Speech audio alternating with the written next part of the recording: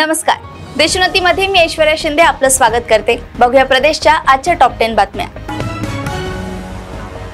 लोकसभा निवडणुकीत महाराष्ट्र महायुतीच्या पदरी मोठी निराशा पडली। राज्यात 48 जागांपैकी विरोधकांच्या महाविकास आघाडीने 31 जागांवर बाजी मारल्याने आगामी विधानसभा निवडणुकीच्या तोंडावर महायुतीची डोकेदुखी वाढली आहे। विधानसभा निवडणुकीत हे चित्र पालटण्यासाठी आता महायुतीकडून आवश्यक उपाययोजना केल्या जाण्याची शक्यता आहे। याचाच एक भाग म्हणून राज्य मंत्रिमंडळाचा विस्तार केला जाणार असून काही जुन्या मंत्र्यांनाही हटवलं जाऊ शकतं। पुण्याला मंत्रिपद मिळालं, त्याचा उपयोग पुण्याला व्हावा, कंत्राटदारांना नाही, असं म्हणत राष्ट्रवादी काँग्रेस शरदचंद्र पवार पक्षाच्या खासदार सुप्रिया सुळे यांनी नवनिर्वाचित केंद्रीय राज्यमंत्री मुरलीधर मोहोळ यांना सणसणी टोला लगावलाय। तसेच सुनील तटकरे यांना मंत्रिपद मिळालं नाही यावर प्रतिक्रिया देताना मैं दूसरों के घर में क्यों झाकू असं सुप्रिया सुळे म्हणाले आहेत। पंतप्रधान नरेंद्र मोदी यांचा शपथविधी आणि मंत्रिमंडळ विस्तारानंतर शिवसेनेच्या शिंदे गटात नाराजी असल्याचे चित्र पाहायला मिळतंय। शिवसेनेचे नवनिर्वाचित खासदार श्रीरंग बारणे यांनी भाजपा विरोधातील खदखद व्यक्त केली आहे। तसेच भारतीय जनता पार्टीने साताऱ्याचे खासदार उदयनराजे भोसले यांना मंत्रिपद द्यायला हवं होतं असंही बारणे यांनी म्हटलंय। भाजपाने 5 खासदार असलेल्या चिराग पासवान यांच्या पक्षाला कॅबिनेट मंत्रिपद दिलं आणि आम्हाला 1 राज्यमंत्रीपद दिलं, त्यामुळे कुठेतरी आमच्या बरोबर दुजाभाव होतोय असं दिसतंय असं बारणे म्हणाले आहेत। लोकसभा निवडणुकीच्या निकालानंतर आता राज्यातल्या विधानसभा निवडणुकीकडे सर्वांचे लक्ष लागलंय। अशातच आता अजित पवार यांच्या राष्ट्रवादीबाबत आणि मुख्यमंत्री शिंदेंच्या शिवसेनेबाबत काँग्रेसने मोठा दावा केलाय। महिन्याभरात शिवसेना आणि राष्ट्रवादीच्या 40 आमदारांची घरवापसी होणार असल्याचा खळबळजनक दावा राज्याचे विरोधी पक्षनेते विजय वडेट्टीवार यांनी केलाय। दुसरीकडे विजय वडेट्टीवार यांच्या या दाव्यावरून आता राष्ट्रवादी काँग्रेसने प्रत्युत्तर दिले। विजय वडेट्टीवार हेच भाजपच्या वाटेवर आहेत असं राष्ट्रवादीने म्हटलंय। हा दावा राष्ट्रवादीचे आमदार अमोल मिटकरी यांनी केलाय। कृषी मंत्री धनंजय मुंडे यांनी राज्याच्या खरीप हंगामाच्या नियोजनाचा आढावा घेतला। त्यावेळी त्यांनी बी बियाणांची चढ्या भावाने विक्री, बोगस वाण विक्री, अनावश्यक खरेदी सक्ती करणाऱ्यांविरुद्ध शेतकऱ्यांसाठी कृषी तक्रार व्हॉट्सअप हेल्पलाईन क्रमांक जारी करण्याचे निर्देश दिले।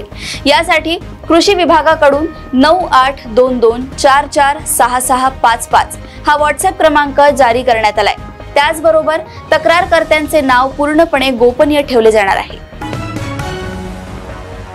लोकसभा निवडणुकीत सपाटून मार खाल्ल्यानंतर तसेच प्रतिष्ठेच्या बारामती लोकसभेतून देखील सुनेत्रा पवार यांना पराभवाचा धक्का बसल्यानंतर अजित पवार यांच्या नेतृत्वाखालील राष्ट्रवादीचे कार्यकर्ते आणि वरिष्ठ पदाधिकारी बॅकफुटला गेले आहेत।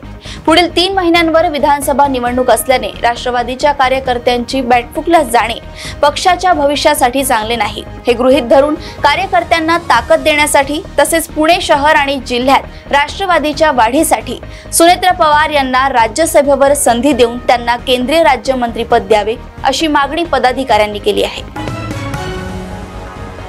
वंचित बहुजन आघाडीला लोकसभा निवडणुकीत सपशेल अपयश आले।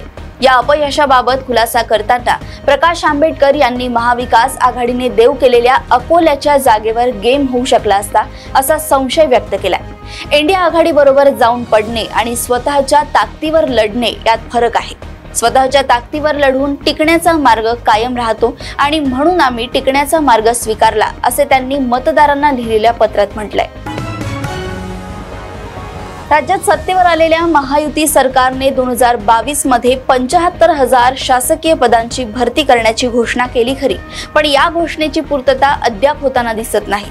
आता विधानसभा निवडणुका तोंडावर आल्याने ही पूर्तता होईल का याची शाश्वती विद्यार्थ्यांना नाही। सरकारमध्ये जवळपास 3.25 लाख पदे रिक्त आहेत। सरकारने 2022 मध्ये यातील 75,000 पदे 15 ऑगस्ट 2023 पर्यंत भरण्याची घोषणा केली। मात्र त्या दृष्टीने भरतीचा ठोस आणि जलद कार्यक्रम राबवण्याची आवश्यकता असताना शासनाच्या विविध विभागांनी घातलेल्या घोळामुळे 15 ऑगस्ट 2023 ची डेडलाईन उलटून 11 महिने होत आले तरी ही घोषणा पूर्ण झाली नाही। यात शासनाच्या 15 विभागांच्या भरतीच्या जाहिरातीच अजून प्रसिद्ध झालेल्या नाहीत। राज्य सरकार मराठा समाजाच्या मागण्यांबाबत दुटप्पीकरण करत आहे। आता याची थोडी फजिती झाली आहे। विधानसभा निवडणुकीत आणखी जास्त फजिती होईल असा सूचक इशारा मनोज जरांगे पाटील यांनी राज्य सरकारला दिलाय। मनोज जरांगे पाटील यांना मराठा समाजाला सगळे सोयऱ्यांचे आणि ओबीसी प्रवर्गातून आरक्षण मिळावे यासाठी 8 जून पासून अंतरवाली सराटी येथे पुन्हा एकदा आमरण उपोषण सुरू केले होते। मराठा समाजाला सगळे सोयऱ्यांचे आरक्षण देण्याबाबत तातडीने कार्यवाही करावी अशी मागणी जरांगे पाटील यांनी केली आहे। देशात लोकसभा निवडणुकांचा निकाल लागला तरी कांद्याचा प्रश्न अद्याप सुटायचं नाव घेत नाही। धुळे कृषी उत्पन्न बाजार समितीमध्ये कांद्याला कमी दर मिळत असल्यामुळे शेतकऱ्यांनी नाराजी व्यक्त केली आहे। एकीकडे सरकारने महाराष्ट्रातील कांदा निर्यात बंदी उठवली नसताना दुसरीकडे कांद्याच्या दरांमध्ये देखील मोठी घसरण झाली। सरकारने कांदा निर्यात बंदी न उठवल्यामुळेच मोदी सरकार 400 पार जाऊ न शकल्याची टीका शेतकऱ्यांनी केली आहे। प्रदेशातील अशाच टॉप 10 बातम्या जाणून घेण्यासाठी बघत रहा देशोन्नती आणि अजूनही तुम्ही आमच्या चॅनलला लाईक आणि सबस्क्राइब केलं नसेल तर लगेच लाईक आणि सबस्क्राइब करा आणि बघत रहा देशोन्नती। नमस्कार। ठळक घडामोडींसाठी देशोन्नती न्यूज चॅनलला सबस्क्राइब करा आणि बेल आयकॉन प्रेस करा।